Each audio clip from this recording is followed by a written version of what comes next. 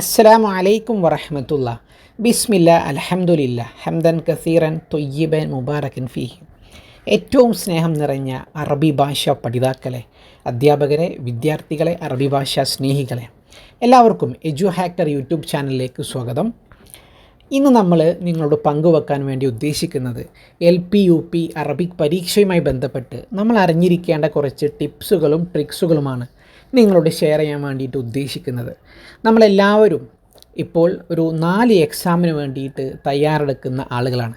LP ഉണ്ട്, LP full ടൈമും part ടൈമും ഉണ്ട്, UP ഫുൾ ടൈമും പാർട്ട് ടൈമും ഉണ്ട്. അതിനൊക്കെ വേണ്ടി കഷ്ടപ്പെട്ട് പഠിക്കുന്ന ആളുകളാണ് നമ്മളെല്ലാവരും. അപ്പോൾ നിങ്ങൾക്ക് യൂസ്ഫുൾ ആകുന്ന കുറച്ച് ടിപ്സാണ് ഇൻഷാ അല്ലാഹ് ഇന്ന് പറയാൻ വേണ്ടി ഉദ്ദേശിക്കുന്നത്. എല്ലാവരും നിർബന്ധമായും ഈ വീഡിയോ മുഴുവനും കേൾക്കുക. ഒരിക്കലും നിങ്ങൾക്ക് നിങ്ങളുടെ ഈ വീഡിയോ കേൾക്കുന്ന സമയം ഒരിക്കലും നഷ്ടമാവില്ല എന്ന് ആദ്യമേ ഉറപ്പ് നൽകുകയാണ്. നമ്മളൊക്കെ കാത്തിരിക്കുന്ന 4 പരീക്ഷകളാണ് നമ്മളുടെ മുമ്പിലുള്ളത്. അപ്പോൾ ഒരുപാട് ആളുകൾ PSC പരീക്ഷകളൊക്കെ എഴുതി പിന്നെ എക്സ്പീരിയൻസ് ഉള്ള ആളുകളായിരിക്കും, മറ്റ് ലിസ്റ്റിലൊക്കെ വന്ന ആളുകളായിരിക്കും. എന്നാൽ നമ്മളുടെ കൂട്ടത്തിൽ ഇപ്പോൾ കേട്ടിട്ട് കഴിഞ്ഞ കുറേ ബിഗിനേഴ്സ് ഉണ്ട്. അപ്പോൾ അവരെ കൂടെ നമ്മളുടെയൊക്കെ ആ ഒരു ലെവലിലേക്ക് ഉയർത്തി കൊണ്ടുവരാൻ വേണ്ടിയിട്ടാണ് ഈ ഒരു ബേസിക്സായ കുറച്ച് കാര്യങ്ങൾ പറഞ്ഞു തരാൻ വേണ്ടിയിട്ടാണ് ഈ ഒരു വീഡിയോ ചെയ്യുന്നത്. നമ്മൾ പ്രതീക്ഷിക്കുന്ന 4 പരീക്ഷകളാണ് നമ്മളുടെ മുമ്പിലുള്ളത്. 4 പരീക്ഷ എന്ന് പറയുമ്പോൾ 4 ദിവസങ്ങളിലല്ല അത് നടക്കുന്നത്, 2 ദിവസമായിട്ടാണ് അത് നടക്കുന്നത്. ആദ്യമായിട്ട് ഫുൾ ടൈം LP അറബിക്ക് ഏപ്രിൽ 17 നടക്കാൻ പോവുകയാണ്. നമ്മളുടെ മുമ്പിൽ വെറും 11 ദിവസം മാത്രമാണ് നമ്മളുടെ മുമ്പിലുള്ളത്. അവസാനത്തെ 10 അതിൻ്റെ നമ്മളുടെ ഇബാദത്തിൻ്റെ തിരക്കുകളിലാണ് നമ്മളെല്ലാവരും. അതുപോലെ തന്നെ പിന്നെ പെരുന്നാളൊക്കെ വരികയാണ്, അതിൻ്റെയൊക്കെ തിരക്കിലേക്ക് നമ്മൾ പോവുകയാണ്. അപ്പോൾ 11 ദിവസം മാത്രമേ നമ്മളുടെ മുമ്പിലുള്ളൂ ഫുൾ ടൈം അറബിക്കിനും അതേപോലെ തന്നെ പാർട്ട് ടൈം LP അറബിക്കിനും. ഫുൾ ടൈം LP അറബിക്കിൽ തിരുവനന്തപുരം ജില്ല മാത്രമാണ് വിളിച്ചത്. 3079 ആപ്ലിക്കേഷൻസാണ് അവിടെ ഉള്ളത്. അതേ ദിവസം തന്നെ അതേ പേപ്പർ 2 പരീക്ഷകൾക്ക് വേണ്ടിയിട്ടാണ്, 2 കാറ്റഗറി 2 പോസ്റ്റുകൾക്ക് വേണ്ടിയിട്ടാണ് പിന്നെ ആ ഒരു പരീക്ഷ നടക്കുന്നത്. LP ഫുൾ ടൈം തിരുവനന്തപുരം ജില്ലയും അതുപോലെ തന്നെ പാർട്ട് ടൈം LP അറബിക്ക് പിന്നെ ഒട്ടനേകം ജില്ലകളുണ്ട്. തിരുവനന്തപുരമുണ്ട്, കൊല്ലമുണ്ട്, കോട്ടയമുണ്ട്, മലപ്പുറം, കോഴിക്കോട്, കാസർഗോഡ്, ഇത്രയും ജില്ലകളാണ് പാർട്ട് ടൈം LPക്കിനുള്ളത്. നമ്മളൊക്കെ ഇതൊക്കെ അപ്ലൈ ചെയ്ത് ഇതിനൊക്കെ വേണ്ടി തയ്യാറെടുക്കുന്ന ആളുകളായിരിക്കും. അതുപോലെ തന്നെ UP Arabic full time May 8-ാം തീയതി നടക്കാൻ പോവുകയാണ്. വെറും 32 ദിവസം, ഒരു മാസമാണ് നമ്മളുടെ മുമ്പിലുള്ളത്. അതേപോലെ അന്ന് തന്നെ ആ ഒരു പരീക്ഷയിൽ തന്നെ പാർട്ട് ടൈം UP തിരുവനന്തപുരം ജില്ലയും കോഴിക്കോട് ജില്ലയും നടക്കുകയാണ്. ഓരോ പരീക്ഷകൾക്കും അപ്ലൈ ചെയ്ത ആളുകളുടെ എണ്ണമൊക്കെ ഞാനിവിടെ കൊടുത്തിട്ടുണ്ട്. നിങ്ങൾക്ക് വേണമെങ്കിൽ ഉപകരിക്കും, അതൊക്കെ ഒന്ന് നോക്കുക. നിങ്ങൾ എവിടെയാണോ അപ്ലൈ ചെയ്തത് അവിടെ എത്രത്തോളം ആളുകളുണ്ട് എന്നുള്ളതൊക്കെ നിങ്ങളൊന്ന് നോക്കി വെക്കുന്നത് നന്നാവും. ഇത്തവണ നിങ്ങൾക്ക് എല്ലാവർക്കും, പരീക്ഷ എഴുതാൻ പോകുന്ന എല്ലാവർക്കും ഉള്ള ഒരു ബെനഫിറ്റ് എന്ന് പറഞ്ഞാൽ പിന്നെ ഒറ്റ പഠനം കൊണ്ട് നമുക്ക് 4-5 പരീക്ഷകളാണ് കവർ ചെയ്യാൻ സാധിക്കുന്നത്. എല്ലാത്തിനെയും സിലബസ് ഒന്ന് തന്നെയാണ്. LPയുടെയും UPയുടെയും HSA ഈ 5 എണ്ണത്തിൻ്റെയും സിലബസ് ഒന്ന് തന്നെയാണ്. HSA പരീക്ഷ കഴിഞ്ഞ ദിവസം കഴിഞ്ഞു, കുറച്ച് പേരാണ് അതിന് അപ്ലൈ ചെയ്തിട്ടുണ്ടായിരുന്നത്. ഇനി നമ്മളുടെ മുമ്പിൽ 4 പരീക്ഷയാണുള്ളത്.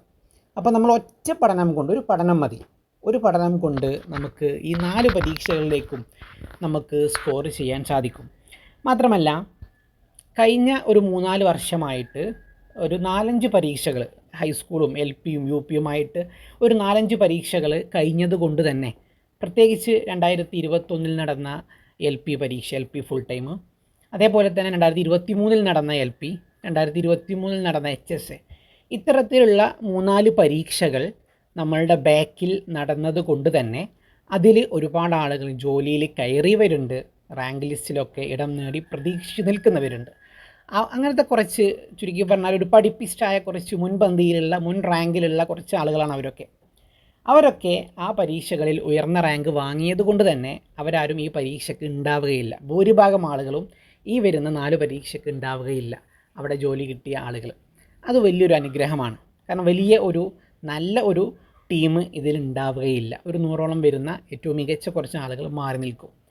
മാത്രമല്ല ഈ പറഞ്ഞ ഈ 4 പരീക്ഷ, LP full time, UP full time, LP part time, UP part time, ഈ 4 പരീക്ഷയുടെ റാങ്ക് ലിസ്റ്റൊക്കെ ഒരു 2 കൊല്ലം കൊണ്ട് വരും, അല്ലെങ്കിൽ ഒരു വർഷം കൊണ്ട് വരും.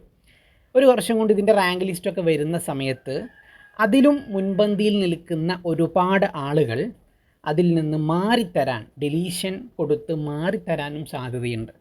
കാരണം നമ്മുടെ ബാക്കിൽ ഒരുപാട് ലിസ്റ്റുകളുണ്ട്, അതിലൊക്കെ ജോലിയിൽ കയറിയ ആളുകൾ ഇതിൽ നിന്നൊക്കെ മാറിത്തരും. അപ്പം അതുകൊണ്ട് തന്നെ ഇപ്പോൾ നടക്കുന്ന ഈ 4 പരീക്ഷകൾ വളരെ പ്രതീക്ഷയോടുകൂടിയാണ് നമ്മളൊക്കെ നോക്കി കാണുന്നത്. വേറെ ഒന്നും കൊണ്ടല്ല, ഒട്ടനവധി പരീക്ഷകൾ അടുപ്പിച്ച് വന്നതുകൊണ്ട് തന്നെ മുൻപന്തിയിൽ നിൽക്കുന്ന ആളുകളൊക്കെ മാറിത്തരുമെന്നുള്ളതാണ് ഒരു വസ്തുത. അപ്പോൾ അതുകൊണ്ട് തന്നെ നമ്മളൊക്കെ നല്ല പ്രതീക്ഷയോട് പഠിക്കുക. നന്നായിട്ട് പഠിച്ചു കഴിഞ്ഞാൽ നമ്മൾക്ക് മുമ്പിലെത്താൻ സാധിക്കും. അപ്പോൾ നമ്മളെല്ലാവരും ഹാർഡ് വർക്ക് ചെയ്ത് പഠിക്കുന്ന ആളുകളാണ്, നന്നായിട്ട് കഠിനാധ്വാനം ചെയ്ത് പഠിക്കുന്ന ആളുകളാണ്. അപ്പോൾ എനിക്ക് നിങ്ങളോട് പറയാനുള്ളത്, ഹാർഡ് വർക്ക് മാത്രം പോരാ. ഒരു തലക്കുന്ന് മറ്റേ തല വരെ കഷ്ടപ്പെട്ട് കാണാതെ പഠിച്ച് നോട്ടൊക്കെ എഴുതി ഭയങ്കര ഉഷാറായിട്ട് പഠിക്കുന്നുണ്ട്, പക്ഷേ റാങ്ക് കിട്ടുന്നില്ല. എന്താ കാരണം? ഒരു സ്മാർട്ട് വർക്കും കൂടെ നമ്മൾ നടത്തേണ്ടതുണ്ട്. കീറി മുറിച്ചുള്ള ഒരു പഠനം നടത്തേണ്ടതുണ്ട്.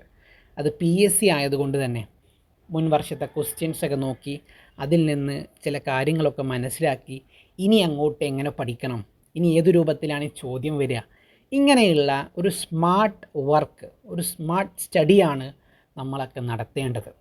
ഇൻഷാ അല്ലാഹ് അതിനെക്കുറിച്ചാണ് ഇന്നത്തെ ഈ വീഡിയോയിൽ നിങ്ങളോട് പങ്കുവെക്കാൻ വേണ്ടിയിട്ട് ഉദ്ദേശിക്കുന്നത്.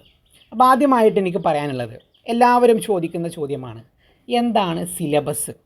LP UPക്കുള്ള വ്യക്തമായ സിലബസ് എന്താണ് പഠിക്കേണ്ടത്? ഏറ്റവും കൂടുതൽ ചോദ്യങ്ങൾ വരുന്നത് ഏതു ഭാഗത്തു നിന്നാണ്? ഏറ്റവും കൂടുതൽ ഫോക്കസ് ചെയ്യേണ്ടത് ഏതു ഭാഗമാണ്? നമ്മൾ ലാസ്റ്റ് പഠിക്കേണ്ട പ്രാധാന്യം കുറഞ്ഞ ചോദ്യങ്ങളൊക്കെ കുറച്ച് മാത്രം വരുന്ന ഏരിയകൾ ഏതൊക്കെയാണ്? ഇങ്ങനത്തെ കൃത്യമായ ഒരു അനാലിസിസ് നമുക്കുണ്ടെങ്കിൽ ഇൻഷാ അല്ലാഹ് ഉയർന്ന റാങ്കുകളിൽ എത്താൻ നമുക്ക് സാധിക്കും. ഞാൻ ഒരുപാട് നീട്ടിപ്പരത്തി പറയുന്നില്ല, നിങ്ങളുടെ സമയം വളരെ വിലപ്പെട്ടതായതുകൊണ്ട്. ഇവിടെ നോക്കൂ, നിങ്ങൾ ഓരോ വിഷയത്തിലും മുൻകഴിഞ്ഞ PSCകൾക്ക് എത്ര കണ്ട് ചോദ്യങ്ങൾ വന്നിട്ടുണ്ട് എന്നുള്ളത് നമ്മളൊന്ന് മനസ്സിലാക്കണം. ഈ ഒരു ചിത്രത്തിൽ നിന്ന് നമുക്ക് കൃത്യമായി മനസ്സിലാവും. അപ്പോൾ സിലബസിൽ പറഞ്ഞ ടോപ്പിക്കുകൾ ഏതൊക്കെയാണ് എന്ന് ഞാൻ അവിടെ കൊടുത്തിട്ടുണ്ട്.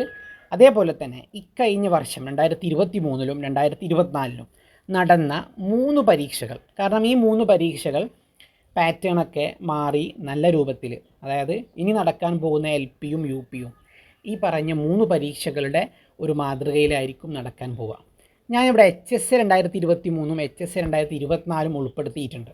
കാരണം അതിൻ്റെ പാറ്റേൺ തന്നെയാണ് LP UPക്കുള്ളത്, അതിൻ്റെ സിലബസ് തന്നെയാണ് LP UPക്കുള്ളത്. അതുകൊണ്ട് ഇപ്പോൾ കഴിഞ്ഞ 2 ദിവസം മുമ്പ് കഴിഞ്ഞ HSA 2024 ഈ ഒരു പരീക്ഷ പേപ്പറിൽ നിന്ന് നമ്മൾ കുറേ കാര്യങ്ങൾ മനസ്സിലാക്കാനുണ്ട്, പഠിക്കേണ്ടതുണ്ട്. ഇൻഷാ അല്ലാഹ് ഞാനത് പറയും. അപ്പോൾ ഇങ്ങനെ ഒരു വിലയിരുത്തൽ നടത്തുമ്പോൾ ആദ്യം നഹ്വിനെ പറ്റി പറയാം.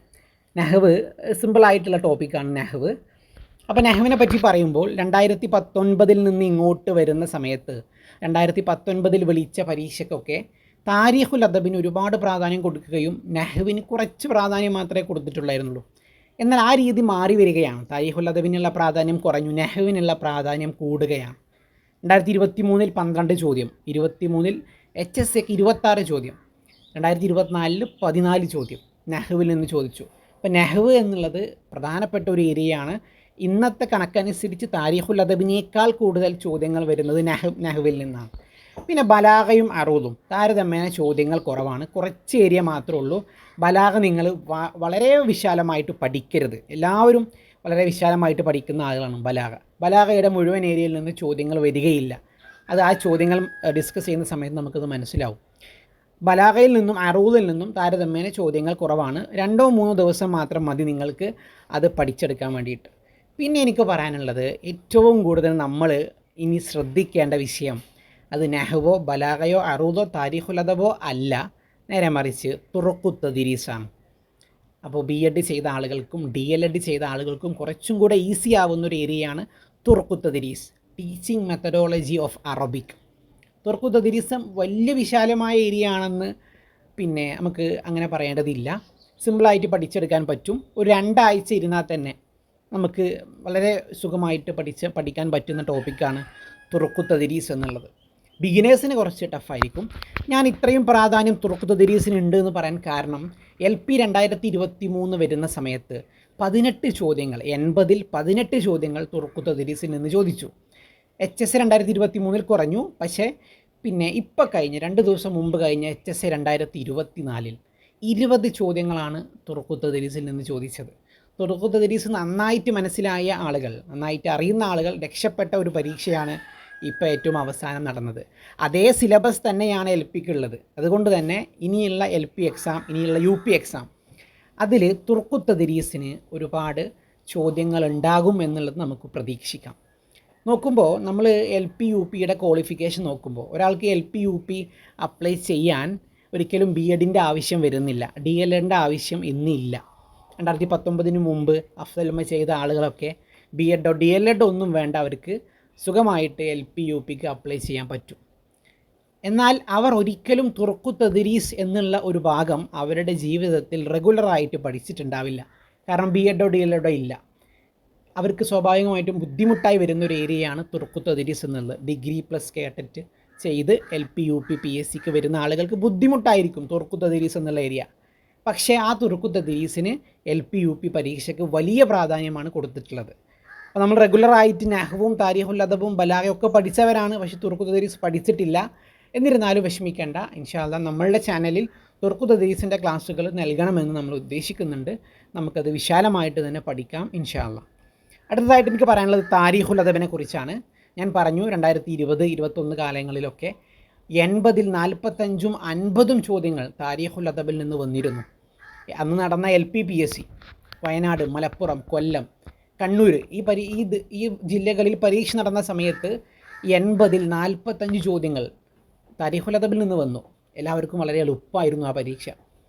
പക്ഷേ ഇപ്പോൾ താരീഖുൽ അദബിന് ഒട്ടും പ്രാധാന്യമില്ല എന്ന് പറഞ്ഞാൽ തീരെ പ്രാധാന്യമില്ല. 80ൽ 11 ചോദ്യം മാത്രമാണ് 2 ദിവസം മുമ്പ് നടന്ന HSA PSCക്ക് ചോദിച്ചിട്ടുള്ളത്. അതുകൊണ്ട് തന്നെ താരീഖുൽ അദബ് മാത്രം പഠിച്ചു പോയിട്ട് ഒരു കാര്യവുമില്ല. നെറ്റിനൊക്കെ താരീഖുൽ അദബാണ് 90% ഉള്ളത് എന്നുള്ളത് ശരിയാണ്. പക്ഷേ PSC ഇപ്പോൾ നോക്കുന്നത് താരീഖുൽ അദബല്ല, നഹ്വും തുറക്കു തദ്രീസും ഒക്കെയാണ് നോക്കുന്നത് എന്ന് നമ്മൾ തിരിച്ചറിയണം. വേറൊരു ടോപ്പിക്കാണ് നഖ്ദുൽ അദബി എന്നുള്ളത്. സിമ്പിളായ ടോപ്പിക്ക്, ഒറ്റ ദിവസം കൊണ്ട് ഒരു 5-6 മണിക്കൂറുകൾ കൊണ്ട് പഠിച്ചെടുക്കാൻ പറ്റും. വേറെ ഒന്നാണ് അദബുൽ ഹിന്ദി അൽ അറബി, ഇൻഡോ അറബ് ലിറ്ററേച്ചർ, ഇന്ത്യയിലെ അറബ് സാഹിത്യമാണ്. അപ്പോൾ നമ്മൾ ശരിക്കും മനസ്സിലാക്കണം ഈ ഒരു ടോപ്പിക്ക്. കുറേ ആളുകൾ പഠിക്കാൻ മടി കാണിക്കുന്ന ഒരു വിഷയമാണ് ഇൻഡോ അറബ്. പക്ഷേ കേരളത്തിൽ നടക്കുന്ന അല്ലെങ്കിൽ ഇന്ത്യയിൽ നടക്കുന്ന പരീക്ഷകൾക്ക് എന്തായാലും ഇന്ത്യയുടെയും കേരളത്തിൻ്റെയും അറബി സാഹിത്യം ചോദിക്കുന്നുള്ളത് ഉറപ്പാണ്. ഇപ്പോൾ കഴിഞ്ഞ HSA PSCക്ക് 10 ചോദ്യങ്ങളാണ് ചോദിച്ചത്. സാധാരണ അങ്ങനെ ചോദിക്കാറില്ല. അപ്പോൾ ഇൻഡോ അറബിന് പ്രാധാന്യം കൂടുതലാണ് എന്നുള്ളത് തിരിച്ചറിയാം. വേറൊന്നാണ് ട്രാൻസ്ലേഷൻ, ഇംഗ്ലീഷിൽ നിന്ന് അറബിയിലേക്കും അറബിയിൽ നിന്നും ഇംഗ്ലീഷിലേക്കും ചെയ്യുന്ന ട്രാൻസ്ലേഷൻ വേർഡ്സുകൾ. അതും ഒട്ടനവധി ചോദ്യങ്ങളാണ്. എല്ലാ പരീക്ഷകൾക്കും നന്നായിട്ട് ചോദിക്കുന്നുണ്ട്. ഏറ്റവും അവസാനം 10 ചോദ്യങ്ങൾ ചോദിച്ചു. വേറൊരു വിഷയമാണ് തഹ്ലീലുൽ കുത്തുബുൽ മദ്രസ, സ്കൂൾ ടെക്സ്റ്റ് ബുക്കിൻ്റെ ഒരു അനാലിസിസ്. അതിൽ നിന്നും ചോദ്യങ്ങൾ വരും. വേറൊന്നാണ് അൽ ഇസ്തിആബുൻ നുസൂസ്, അതായത് കോംപ്രഹെൻസീവ് ചോദ്യങ്ങൾ. പാരഗ്രാഫ് കൊടുക്കും, ആ പാരഗ്രാഫിൽ നിന്ന് പാരഗ്രാഫോ കവിതയോ കൊടുത്തിട്ട് അതിൽ നിന്ന് 3-4 ചോദ്യങ്ങൾ താഴെ ചോദിക്കുന്ന രീതിയാണ് കോംപ്രഹെൻസീവ്. അതൊക്കെ പരീക്ഷാ ഹാളിൽ നിന്ന് തന്നെ നമുക്ക് കിട്ടും, സിമ്പിളാണ്. വേറൊന്നാണ് അൽ മഅലൂമ അൽ ആമ, ജനറലായിട്ടുള്ള കുറച്ച് കാര്യങ്ങൾ. അത് LP 2023 അത്യാവശ്യം ചോദ്യങ്ങൾ ജനറൽ അറബിക്കിൽ നിന്ന് വന്നിരുന്നു. കഴിഞ്ഞ HSAക്ക് 2 HSAക്കും ചോദിച്ചിട്ടില്ല. ജനറൽ അറബിക് എന്ന് പറയുമ്പോൾ അതിലെന്താണ് ഉൾപ്പെട്ടിട്ടുള്ളത്?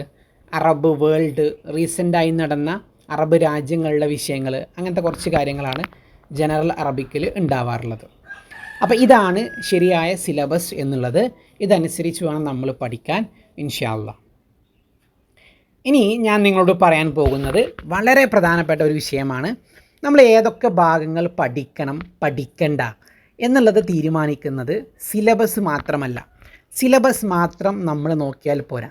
സിലബസ് നോക്കണം, 50% സിലബസ് നോക്കണം.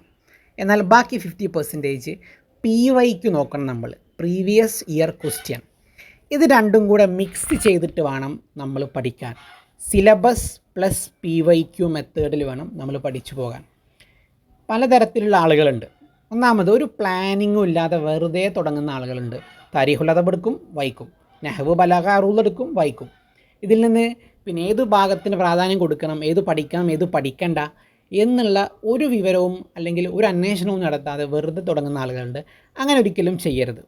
രണ്ടാമത് പറയാനുള്ളത്, സിലബസ് നോക്കാതെ തുടങ്ങുന്ന ആളുകളുമുണ്ട്. സിലബസ് എന്താണെന്ന് പരിഗണിക്കാതെ, അതായത് സിലബസിൻ്റെ ഹെഡിങ് വായിക്കും. സിലബസിൽ ഇൻഡോ അറബ് ലിറ്ററേച്ചർ സിലബസിലുള്ളതാണ്. എന്നിട്ട് ഇൻഡോ അറബ് എല്ലാം അവർ പഠിച്ചു പോകും. പക്ഷേ ഇൻഡോ അറബിൽ സിലബസിൽ എന്താണ് അതിൻ്റെ താഴെ കൊടുത്തത് എന്നുള്ളത് നിർബന്ധമായിട്ടും നമ്മൾ നോക്കണം. കാരണം ഇപ്പോൾ നടക്കുന്ന പരീക്ഷകൾക്കൊക്കെയും ഞാൻ പറയുന്നത് 2023 LP, 2023 HSA, 2024 HSA, ഈ 3 പരീക്ഷകളും എടുത്ത് പരിശോധിക്കുമ്പോൾ സിലബസ് കൃത്യമായും ഫോളോ ചെയ്ത പരീക്ഷയാണ് ഈ 3 പരീക്ഷകളും. കാരണം 2023 നടന്ന ആ LPക്ക് മുമ്പ് പിന്നെ LP UPക്ക് വ്യക്തമായ ഒരു സിലബസ് PSC കൊടുത്തിട്ടില്ലായിരുന്നു. അവർ പിന്നെ ഹൈസ്കൂൾ സിലബസ് അല്ലെങ്കിൽ ഡിഗ്രി ബേസിൽ പഠിച്ചാൽ മതി എന്നൊരു മറുപടിയാണ് PSC നൽകിയിരുന്നത്. എന്നാൽ 2023 നടന്ന LP എക്സാമിന് കൃത്യമായ സിലബസ് PSC കൊടുത്തു. LP UPക്ക് ഇതാണ് സിലബസ് എന്ന് പറഞ്ഞിട്ട്. ഇപ്പോൾ നമ്മൾ എഴുതാൻ പോകുന്ന LP UP എക്സാമിനും കൃത്യമായ സിലബസ് ഉണ്ട്. അതുകൊണ്ട് തന്നെ ആ സിലബസിൽ പറഞ്ഞ ഹെഡിങ്ങുകൾ മാത്രം നോക്കിയാൽ പോരാ. നഹ്വ് എന്ന് കൊടുത്തിട്ടുണ്ടെങ്കിൽ ആ നഹ്വിൻ്റെ താഴെ എന്തൊക്കെയാണ് എന്ന് വ്യക്തമായി കൊടുത്തിട്ടുണ്ട്. അതനുസരിച്ച് തന്നെ നമ്മൾ പഠിക്കണം. ഇപ്പോൾ 2 ദിവസം മുമ്പ് നടന്ന HSA 2024 ചില ചോദ്യങ്ങൾ നോക്കുമ്പോൾ സിലബസ് വിലയിരുത്തണം, സിലബസ് നോക്കി തന്നെ പഠിക്കണം എന്നുള്ളത് നമുക്ക് വ്യക്തമായി മനസ്സിലാവും. സിലബസിൽ ഇൻഡോ അറബ് ലിറ്ററേച്ചർ എന്നുണ്ട്. പല ആൾക്കാരും ഇൻഡോ അറബ് സിലബസിലുണ്ടല്ലോ എന്ന് കരുതിയിട്ട് ഇൻഡോ അറബ് ഒരു പ്ലാനിങ്ങും ഇല്ലാതെ പഠിച്ചുപോയി. എന്നാൽ ഇൻഡോ അറബ് ലിറ്ററേച്ചർ എന്ന് സിലബസിലുണ്ട്. അതിൻ്റെ താഴെ സ്പെസിഫിക് ആയിട്ട് എന്തൊക്കെ നിങ്ങൾ പഠിക്കണം എന്നുള്ളത് കൊടുത്തിട്ടുണ്ട്. അത് നോക്കിയിട്ടില്ല പല ആളുകളും. കാരണം ഇൻഡോ അറബിൽ നിന്ന് സാഹിത്യകാരന്മാരെ പറ്റിയും കവികളെ പറ്റിയും മാത്രം പഠിച്ചാൽ പോരാ. നമ്മളെ PSC കൊടുത്ത സിലബസിൽ താഴെയുണ്ട് ഇൻഡോ അറബിൽ ഇറങ്ങിയ, ഇൻഡോ അറബിലെ ആളുകൾ എഴുതിയ ചില പുസ്തകങ്ങളുണ്ട്. ഈ പുസ്തകത്തെക്കുറിച്ച് പഠിക്കണം. സബഹത്തുൽ മർജാൻ, നുസ്ഹത്തുൽ ഖവാത്തിർ, അദ്ദഅവത്തുൽ ഇസ്ലാമിയ, അതേപോലെ തന്നെ ഫത്ഹുൽ മുബീൻ, ഇതിനെപ്പറ്റിയൊക്കെ പഠിക്കണം എന്നുള്ളത് അതിൽ കൊടുത്തിട്ടുണ്ട്. പക്ഷേ ചില ആളുകൾ നോക്കിയിട്ടില്ല. അതുകൊണ്ട് തന്നെ ഇതിനെപ്പറ്റി ഈ പുസ്തകത്തിൻ്റെ ഉള്ളിൽ നിന്ന് ചോദ്യങ്ങൾ വന്നു. സബഹത്തുൽ മർജാൻ്റെ വിഷയത്തെക്കുറിച്ച് ചോദിച്ചു. ദഅവത്തുൽ ഇസ്ലാമിയ എന്നുള്ള മുഹ്യുദ്ദീൻ ആലുവായുടെ PhD തീസിസാണ്. അതിൻ്റെ ഉള്ളിൽ നിന്ന് HSക്ക് ചോദ്യം വന്നു. അപ്പോൾ ആളുകൾ ഇത് ബുദ്ധിമുട്ടാണെന്ന് പറഞ്ഞു. പക്ഷേ ഇതൊക്കെ സിലബസിൽ വ്യക്തമായി പറഞ്ഞിട്ടുണ്ട്. ഇൻഡോ അറബിലെ സാഹിത്യകാരന്മാരെ മാത്രം പഠിച്ചാൽ പോരാ, ഒരു 4-5 പുസ്തകങ്ങൾ കൊടുത്തിട്ടുണ്ട്. ഈ പുസ്തകത്തെ പറ്റി പഠിക്കണം എന്നുള്ളത് സിലബസിലുണ്ട്. ഇപ്പോൾ കഴിഞ്ഞ പരീക്ഷയ്ക്ക് HSA 2024 നഖ്ദിൽ നിന്ന് നല്ലോണം ചോദ്യങ്ങൾ വന്നു. നഖ്ദ്, നിരൂപണ സാഹിത്യം എന്ന വിഷയം. അപ്പോൾ പലരും പഠിക്കാറില്ല നഖ്ദ്. കാരണം എല്ലാവരും താരീഖുൽ അദബ് ഒരു തലക്കുന്ന് മറ്റു തല വരെ പഠിച്ചു പോകും. നഖ്ദ് എന്നുള്ളത് സിലബസിൽ വ്യക്തമായി കൊടുത്തിട്ടുണ്ട്. നഖ്ദിൻ്റെ താരീഫ് പഠിക്കണം. അതേപോലെ തന്നെ അനാസുറുൽ അദബ്, അദബിൻ്റെ അനാസുറുകൾ, ഇതിനെപ്പറ്റി പഠിക്കണം എന്നുള്ളത് സിലബസിൽ വ്യക്തമായി കൊടുത്തിട്ടുണ്ട്. അതുകൊണ്ട് തന്നെയാണ് ഈ HSക്ക് 4 ചോദ്യം നഖ്ദിൽ നിന്ന് ഇതിനെപ്പറ്റിയാണ് ചോദിച്ചത്. താരീഫുകൾ ചോദിച്ചു, അനാസുറുകൾ ചോദിച്ചു. പലർക്കും അത് കിട്ടിയില്ല. കാരണം അത് വ്യക്തമായി സിലബസിൽ കൊടുത്തിട്ടുണ്ട്. അപ്പം അതുകൊണ്ട് സിലബസ് കൃത്യമായി നോക്കിയിട്ട് വേണം നമ്മൾ പരീക്ഷയ്ക്ക് പോവാൻ. സിലബസ് ബേസ് ചെയ്ത് തന്നെയാണ് ഇപ്പോൾ നടക്കുന്ന പരീക്ഷകൾ വരുന്നത്. ഇനി വേറൊരു കാര്യം പറയാനുള്ളത്, സിലബസ് മാത്രം പഠിച്ചാൽ പോരാ. PYQ നോക്കണം, മുൻപ് നടന്ന പരീക്ഷകൾ നോക്കണം. ഇപ്പോൾ നിങ്ങൾ പ്രിപ്പയർ ചെയ്യുമ്പോൾ 2021 നടന്ന 3 പരീക്ഷകൾ, 2023 നടന്ന 2 പരീക്ഷകൾ, 2024 നടന്ന 1 പരീക്ഷ, ഇങ്ങനെ 6 പരീക്ഷകളാണ് നമ്മളുടെ മുമ്പിൽ ഉള്ളത്. പാറ്റേണൊക്കെ മാറി വന്നതിൽ 6 പരീക്ഷകളുണ്ട്. ഈ 6 പരീക്ഷയുടെയും ചോദ്യങ്ങൾ നോക്കിയിട്ട് വേണം നിങ്ങൾ പഠിക്കാൻ. എന്തിനാണ് ചോദ്യങ്ങൾ നോക്കുന്നത് എന്ന് ചോദിച്ചാൽ, ഒന്നാമത് നമ്മൾ സ്കിപ്പ് ചെയ്തു പോയ പല കണ്ടൻറ്റുകളും ചോദ്യത്തിൽ നിന്ന് നമുക്ക് കിട്ടും. വേറൊന്ന് പാറ്റേൺ മനസ്സിലാവും. 2024 ഒരു HSC നടന്നു, 2023 ഒരു LP നടന്നു. ഇത് വ്യക്തമായി നോക്കിയാൽ ഇനി നടക്കാൻ പോകുന്ന LP UPയുടെ പാറ്റേൺ നമുക്ക് മനസ്സിലാവും. ഏതൊക്കെ രൂപത്തിലുള്ള വ്യത്യസ്തമായ ചോദ്യങ്ങളുണ്ട്, പാറ്റേൺ, അതേപോലെ ട്രിക്കുകൾ. എക്സാം ചോദ്യങ്ങളിൽ പിന്നെ ക്വസ്റ്റ്യൻ പേപ്പറിൽ അടങ്ങിയ പല ട്രിക്കുകളുണ്ട്. ഇപ്പോൾ കഴിഞ്ഞ പരീക്ഷ എഴുതി കഴിഞ്ഞ് വീട്ടിലെത്തിയിട്ടാണ് പലർക്കും ചോദ്യം മനസ്സിലായത്. പല ട്രിക്കുകളും ചതിക്കുഴികളും ഈ ഒരു ചോദ്യ പേപ്പറിലുണ്ട്. ഒരുപാട് ആലോചിച്ചിട്ടും ഞാനൊക്കെ ഈ HSA 2024 എഴുതിയിട്ട് ഒരു ക്വസ്റ്റ്യൻ 5 മിനിറ്റോളം ആലോചിച്ചു അതിൻ്റെ ഉത്തരം. വളരെ എളുപ്പമുള്ള ചോദ്യം. പക്ഷേ വീട്ടിലെത്തിയിട്ടാണ് എനിക്ക് തെറ്റുപറ്റി. വീട്ടിലെത്തിയിട്ടാണ് അത് മനസ്സിലായത്. കാരണം പല പ്രയോഗങ്ങളും ചോദ്യത്തിലും താഴെ കൊടുത്തവയിൽ തെറ്റേതാണ് എന്ന് ചോദിച്ചൊരു ചോദ്യം ഉണ്ടായിരുന്നു. അതിലടങ്ങിയൊരു പ്രയോഗം മാ അദ എന്നുള്ളൊരു പ്രയോഗം, അത് മനസ്സിലായില്ല, മനസ്സിലായില്ല എന്നല്ല, അത് കണ്ടില്ല. അപ്പോൾ ഒരുപാട് ചതിക്കുഴികൾ ക്വസ്റ്റ്യൻ പേപ്പറിൽ ഒളിഞ്ഞു കിടക്കുന്നുണ്ട്. ഇൻഷാ അല്ലാഹ് അതിനെപ്പറ്റി മാത്രം ഒരു വീഡിയോ ചെയ്യാൻ വേണ്ടി ഉദ്ദേശിക്കുന്നുണ്ട്. ക്വസ്റ്റ്യൻ പേപ്പറിൽ അടങ്ങിയിട്ടുള്ള കുറച്ച് ട്രിക്കുകളും പാറ്റേണുകളുമുണ്ട്. അത് നമ്മൾ നേരത്തെ മനസ്സിലാക്കുകയും നേരത്തെ അതിന് തയ്യാറെടുക്കുകയും ചെയ്താൽ പരീക്ഷ വരുന്ന സമയത്ത്, പരീക്ഷ അറ്റൻഡ് ചെയ്യുന്ന സമയത്ത് കുറേ ടൈം നമുക്ക് ലാഭിക്കാനും പറ്റും. ഈ ചോദ്യങ്ങളിൽ അടങ്ങിയ ചതിക്കുഴികളിൽ നമ്മൾ വീഴുകയുമില്ല. പിന്നെ ചോദ്യങ്ങൾ മുൻപ് നടന്ന PYQ നോക്കണം എന്ന് പറയാൻ കാരണം ക്വസ്റ്റ്യൻ ആസ്കിങ് ഏരിയാസ് നമുക്ക് മനസ്സിലാവും. സിലബസ് ഉണ്ടെങ്കിലും ചില ഭാഗത്തു നിന്ന് ചോദ്യങ്ങൾ കൂടുതൽ വരും, ചില ഭാഗത്തു നിന്ന് കുറച്ചേ വരുള്ളൂ. ഇത് വ്യക്തമായി നമുക്ക് മനസ്സിലാവും മുൻപ് നടന്ന ചോദ്യങ്ങൾ നോക്കിക്കഴിഞ്ഞാൽ. അതേപോലെ തന്നെ ഒരാളുടെ ജീവചരിത്രം പഠിക്കുന്ന സമയത്ത് ഇതിൽ നിന്ന് എങ്ങനെയാണ് ചോദ്യം വരിക, ഇതിൽ നിന്ന് എന്താണ് ചോദിക്കുക എന്നുള്ളത് വ്യക്തമായി നമുക്ക് മനസ്സിലാവും. എന്തൊക്കെ പഠിക്കണം പഠിക്കണ്ട എന്നുള്ളത് മുൻപ് നടന്ന പരീക്ഷകളുടെ ക്വസ്റ്റ്യൻ പേപ്പർ നോക്കിയാൽ മനസ്സിലാവും. വേറൊന്നാണ്, സിലബസിൽ പറയാത്ത പല കാര്യങ്ങളും ചോദിക്കും, എന്തായാലും ചോദിക്കും. സിലബസ് നമുക്ക് വ്യക്തമായ സിലബസ് ഉണ്ടെങ്കിലും സിലബസിൽ പറയാത്ത കാര്യങ്ങൾ ചോദിക്കാൻ സാധ്യത നല്ലോണമുണ്ട്, ചോദിച്ചിട്ടുമുണ്ട്. കാരണം എന്താ, സിലബസിൻ്റെ ഏറ്റവും താഴെ കൊടുത്തിട്ടുണ്ട് ഇത് നിങ്ങൾക്ക് പരീക്ഷകളുടെ സിലബസ് ആണെങ്കിലും ഇതിൻ്റെ പുറത്തു നിന്ന് ചോദ്യങ്ങൾ വരാൻ സാധ്യതയുണ്ട് എന്നൊരു ക്ലോസ് കൊടുത്തിട്ടുണ്ട്. ഈ ക്ലോസ് ഉപയോഗപ്പെടുത്തിയിട്ട് PSC പുറത്തു നിന്ന് ചോദ്യങ്ങൾ ചോദിക്കും. സിലബസിൽ തുറക്കുത്തദരീസ് പഠിക്കണമെന്ന് സിലബസിലുണ്ട്, തുറക്കുത്തദരീസ് ഉണ്ട്. പക്ഷേ ആ തുറക്കിൻ്റെ ഉള്ളിൽ ത്വരീഖത്തുൽ ഇസ്തിഖറാഇയ, ഇൻഡക്റ്റീവ് മെത്തേഡ് എന്നൊരു ഭാഗം സിലബസിലില്ല. പക്ഷേ എല്ലാ പരീക്ഷയ്ക്കും ഇൻഡക്റ്റീവ് മെത്തേഡിനെ കുറിച്ച് ചോദ്യങ്ങൾ വരാറുണ്ട്. 2023 LPക്കും ഹൈസ്കൂളിനുമൊക്കെ ത്വരീഖത്തുൽ ഇസ്തിഖറാഇയ വന്നു, പക്ഷെ അത് സിലബസിൽ വ്യക്തമായി കൊടുത്തിട്ടില്ല. അതേപോലെ അദബുൽ ഉന്ദുലുസ് എന്നൊരു ഭാഗം സിലബസിലില്ല, പക്ഷെ പരീക്ഷയ്ക്ക് ചോദ്യം വരാറുണ്ട്. അപ്പോൾ ഇതെങ്ങനെ മനസ്സിലാവും? സിലബസിൽ ഇതില്ലെങ്കിലും ഇതിനെപ്പറ്റി ചോദ്യങ്ങൾ വരുമെന്ന് എങ്ങനെ മനസ്സിലാവും? ഞാൻ പറഞ്ഞല്ലോ, മുൻപ് നടന്ന 6 പരീക്ഷകളുണ്ട്. 2020 ശേഷം നടന്ന 6 പരീക്ഷകൾ. ഈ 6 പരീക്ഷയുടെയും ക്വസ്റ്റ്യൻ പേപ്പർ അനലൈസ് ചെയ്താൽ നമുക്ക് മനസ്സിലാകും പിന്നെ പാറ്റേൺ എങ്ങനെയാണ്, ഇനി എങ്ങനെയാണ് വരിക, എന്തു പഠിക്കണം എന്തു പഠിക്കണ്ട, ക്വസ്റ്റ്യൻ ചോദിക്കുന്ന ഏരിയകൾ ഏതൊക്കെയാണ്, സിലബസിൽ പറയാത്ത എന്തൊക്കെ ചോദിച്ചിട്ടുണ്ട് എന്നുള്ളത് നമുക്ക് മനസ്സിലാകും. അതുകൊണ്ട് സിലബസ് മാത്രം നോക്കി പോവരുത്, PYQ മാത്രം നോക്കി പോവരുത്. സിലബസും PYQയും രണ്ടുമില്ലാതെ, ഒരു പ്ലാനിങ്ങും ഇല്ലാതെയും പോവരുത്. നമ്മൾ പഠിക്കുമ്പോൾ സിലബസ് പ്ലസ് PYQ വെച്ചിട്ട് വേണം നമ്മൾ പഠിച്ചു പോകാൻ. ഇനി ഞാനൊക്കെ നോട്ട് എഴുതുന്ന സമയത്ത് ഞാൻ ഏകദേശം എല്ലാ ഏരിയയും നോട്ട് എഴുതി പരീക്ഷകൾക്ക് പഠിച്ചിട്ട് തന്നെയാണ് പോകാൻ ശ്രമിക്കാറുള്ളത്. ഞാൻ നോട്ട് എഴുതുന്ന സമയത്ത് ഇപ്പോൾ തുറക്കുത്തദരീസാണ് നോട്ട് എഴുതാൻ ആരംഭിക്കുന്നതെങ്കിൽ ആദ്യത്തെ പേജിൽ സിലബസ് എഴുതി വെക്കും. നമ്മുടെ PSC തന്ന സിലബസിൽ തുറക്കുത്തദരീസിൽ നിന്ന് എന്താണ് ചോദിച്ചത് എന്ന് എഴുതി വെക്കും, എന്താണ് പഠിക്കാൻ പറഞ്ഞത് സിലബസിൽ എന്നുള്ളത് എഴുതി വെക്കും. രണ്ടാമത്തെ പേജിൽ ഇതിന് മുമ്പ് നടന്ന 6 പരീക്ഷകളുണ്ടല്ലോ 2020 ശേഷം, ഈ 6 പരീക്ഷയ്ക്കും തുറക്കുത്തദരീസിൽ നിന്ന് എന്താണ് ചോദിച്ചത്, ഏതൊക്കെ ഏരിയയാണ് ചോദിച്ചതെന്ന് എഴുതി വെക്കും. എന്നിട്ട് ഈ സിലബസും നോക്കും, ഈ PYQയും നോക്കും, അത് തമ്മിലിങ്ങനെ അനലൈസ് ചെയ്യും. എന്നിട്ടാണ് ഞാൻ പഠനം ആരംഭിക്കുക. അപ്പോൾ എനിക്ക് മനസ്സിലാവും ഏകദേശം ഏതൊക്കെ ഏരിയകളിൽ നിന്നാണ് ഇത് ചോദിച്ചിട്ടുള്ളത്, സിലബസിൽ നിന്ന് എങ്ങനെ ചോദിച്ചു, സിലബസിൽ പറയാത്ത എന്തെങ്കിലും ചോദിച്ചിട്ടുണ്ടോ. ഈ സംഗതി അനലൈസ് ചെയ്തിട്ട് മാത്രം നിങ്ങൾ പഠനം തുടങ്ങാവൂ. ബലാഗയാണെങ്കിലും അറൂദാണെങ്കിലും നഹ്വാണെങ്കിലും. താരീഖുൽ അദബ് ആവുമ്പോൾ പ്രത്യേകം ചെയ്യണം. ജാഹിലിയ കാലഘട്ടം തുടങ്ങുമ്പോൾ അദബുൽ ജാഹിലി, അസ്റുൽ ജാഹിലി, ജാഹിലിയ കാലഘട്ടം പഠിക്കാൻ തുടങ്ങുമ്പോൾ 2 കാര്യം ആദ്യം എഴുതി വെക്കണം.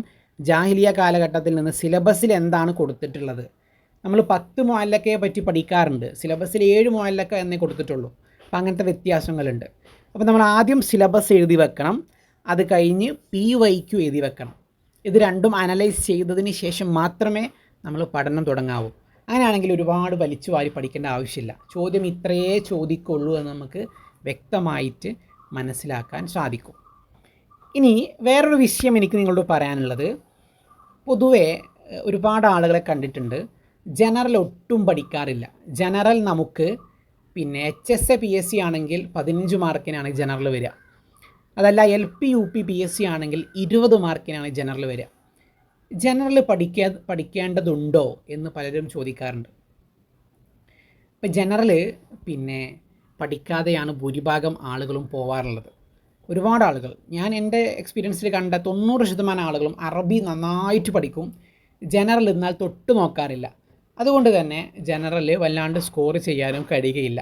ജനറൽ എന്തോ അറബിക്കാർക്ക് പഠിക്കാൻ പറ്റാത്ത പിന്നെ എന്തോ ഒരു കിറാമുട്ടിയാണ് എന്ന് വിചാരിച്ചിട്ടാണ് പല ആളുകളും ഇരിക്കാറുള്ളത്. പക്ഷെ അങ്ങനെയല്ല. നമ്മൾ നോക്കുക, എത്ര കഷ്ടപ്പെട്ടാണ് നമ്മൾ ഇമ്രുൽ ഖൈസിനെയും തോഹ ഹുസൈനെയും അബൂ തമാമിനെയും ജാഹിദിനെയും ഒക്കെ നമ്മൾ വളരെ കഷ്ടപ്പെട്ട് പഠിക്കുന്നത്. എന്നാൽ അത്ര തന്നെ ഒരു കഷ്ടപ്പാടുമില്ല ജനറൽ പഠിക്കാൻ. ഇംഗ്ലീഷിലോ മലയാളത്തിലോ നമുക്ക് പഠിക്കാം. മലയാളത്തിൽ പഠിച്ചാൽ മതി, ഒരു പ്രയാസവുമില്ല. ജനറൽ എന്ന് പറയുമ്പോൾ ശ്രീനാരായണ ഗുരുവിനെക്കുറിച്ചും വക്കം അബ്ദുൽ ഖാദർ മൗലവിയെക്കുറിച്ചും മുഹമ്മദ് അബ്ദുറഹ്മാൻ സാഹിബിനെക്കുറിച്ചും വി.ടി. ഭട്ടതിരിപ്പാട്, ഇങ്ങനെ നമ്മളുടെ കേരളത്തിൽ ജീവിച്ചു മരിച്ചുപോയ നമുക്ക് അറിയുന്ന കുറച്ച് ആളുകളേ ഉള്ളൂ. അവരെ പറ്റിയൊക്കെ മലയാളത്തിൽ പഠിച്ചാൽ മതി. നമ്മൾ അറബി പഠിക്കുന്ന അത്ര ബുദ്ധിമുട്ട് ഒരിക്കലും ജനറലിനില്ല. വളരെ എളുപ്പമാണ് ജനറലിൻ്റെ ടോപ്പിക്കുകൾ. കറണ്ട് അഫേഴ്സ് 2024 നടക്കുന്ന ഒരു PSC പരീക്ഷയാണെങ്കിൽ 2023 കറണ്ട് അഫേഴ്സാണ് നമ്മൾ പഠിക്കേണ്ടത്. 24 ജനുവരിയൊക്കെ നോക്കിയാൽ മതി. അതേപോലെ 2022 അവസാന ഭാഗവും നോക്കുക. കറണ്ട് അഫേഴ്സ് വളരെ എളുപ്പമാണ്. ഒരു മാക്സിമം പോയാൽ ഒരു 100 ഫാക്റ്റൊക്കെ നമ്മൾ പഠിച്ചാൽ മതി കറണ്ട് അഫേഴ്സിനൊക്കെ. പിന്നെ ഒട്ടനവധി യൂട്യൂബ് ചാനലുകൾ, യൂട്യൂബ് ക്ലാസ്സുകൾ കറണ്ട് അഫേഴ്സിനൊക്കെ അവൈലബിൾ ആണ്. ഇൻഷാല്ലാ നല്ല കുറച്ച് കറണ്ട് അഫേഴ്സ് പ്രതീക്ഷിക്കാവുന്ന കുറച്ച് ചോദ്യങ്ങൾ ഞാൻ നിങ്ങൾക്ക് നൽകേണ്ടത് നമ്മുടെ ക്ലാസ്സിൽ. വേറെ ഒന്നാണ് കോൺസ്റ്റിറ്റ്യൂഷൻ ആൻഡ് വെൽഫെയർ പ്രോഗ്രാംസ്. കോൺസ്റ്റിറ്റ്യൂഷനൊക്കെ നമുക്ക് 2 ദിവസം ഇരുന്നാൽ മതി. ഇന്ത്യൻ കോൺസ്റ്റിറ്റ്യൂഷനെ കുറിച്ച്, നമ്മളുടെ ഭരണഘടനയെക്കുറിച്ച്, അതേപോലെ തന്നെ കുറച്ച് വെൽഫെയർ പ്രോഗ്രാമുകളുണ്ട്, സർക്കാരിൻ്റെ ഭാഗത്ത് നടക്കുന്ന കുറച്ച് വെൽഫെയർ പ്രോഗ്രാമുകൾ.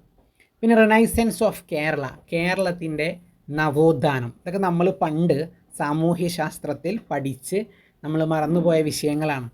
കേരളത്തിൻ്റെ നവോത്ഥാന നായകന്മാർ, വനിതാ നവോത്ഥാന നായികമാർ, അതേപോലെ കേരളത്തിലെ കുറച്ച് പ്രസ്ഥാനങ്ങൾ, കുറച്ച് പത്രങ്ങൾ, ഇങ്ങനത്തെ വളരെ സിമ്പിളായ കുറച്ച് കാര്യങ്ങൾ മാത്രമേ അവിടെ പഠിക്കാനുള്ളൂ. ഫ്രീഡം മൂവ്മെൻറ്റ്, കേരളത്തിൻ്റെ ഫ്രീഡം മൂവ്മെൻറ്റാണ് ചോദിക്കാറുള്ളത് LP UPക്ക്. അപ്പോൾ കേരളത്തിൻ്റെ ഫ്രീഡം മൂവ്മെൻറ്റിൽ വന്ന കുറച്ച് സ്ട്രഗിൾസ്, കുറച്ച് സമരങ്ങൾ, അങ്ങനത്തെ കുറച്ച് കാര്യങ്ങൾ. വേറെ ഒന്ന് ലിറ്റററി ഫിഗേഴ്സ്, കേരളത്തിലെ വൈക്കം മുഹമ്മദ് ബഷീറിനെ പോലെ കുറച്ച് സാഹിത്യകാരന്മാരും അവരുടെ കൃതികളും. ഇത്രയേ ഉള്ളൂ 20 മാർക്കിൻ്റെ ജനറലിൽ നമുക്ക് പഠിക്കാൻ. സിലബസിൽ ഇത്രയേ പറയുന്നുള്ളൂ. LP UPക്ക് സിലബസ് പ്രകാരം തന്നെയാണ് ജനറൽ ചോദിക്കാറുള്ളത്. പല ആളുകളും പറയും ഇത്രയും കഷ്ടപ്പെട്ട് നമ്മൾ ജനറൽ പഠിച്ചിട്ട് കാര്യമുണ്ടോ എന്ന് പല ആളുകളും ചോദിക്കാറുണ്ട്. കാരണം അറബി തന്നെ 80 മാർക്കിൻ്റെ അറബി തന്നെ ഒട്ടനവധി പഠിക്കാനുണ്ട്. ഇനി അതിൻ്റെ കൂടെ ജനറലും കൂടെ കഴിയുമോ എന്നുള്ളത് ചോദിക്കാറുണ്ട്. പക്ഷെ എനിക്ക് പറയാനുള്ളത്, പിന്നെ ജനറൽ പഠിക്കുന്ന ആളുകൾക്ക് തീർച്ചയായും ടോപ്പ് റാങ്കിലെത്താൻ സാധിക്കും. ടോപ്പ് റാങ്കിലെത്തിയ എല്ലാവരും, ആദ്യത്തെ 10 റാങ്കിലെത്തിയ എല്ലാവരും പറയാറുണ്ട് ജനറൽ ഞങ്ങൾ പഠിച്ചിരുന്നു എന്നുള്ളത്.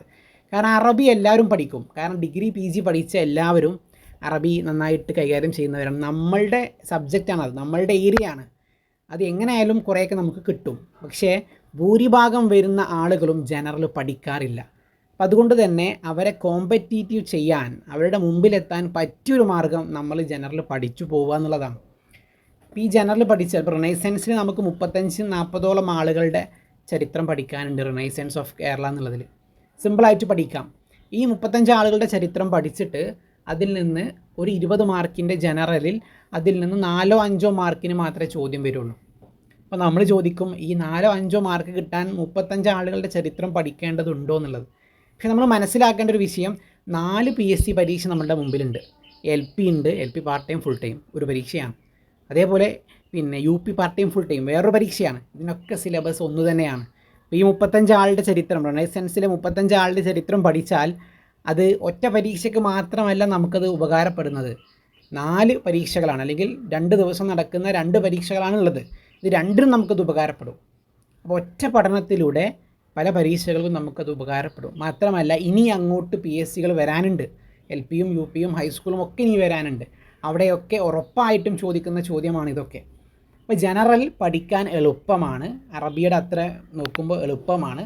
ഇൻഷാ അല്ലാഹ് ജനറലിൻ്റെ എല്ലാ ഭാഗവും നമ്മൾ ഫ്രീ ആയിട്ട് ക്ലാസ് തരാൻ വേണ്ടിയിട്ട് ഉദ്ദേശിക്കുന്നുണ്ട്.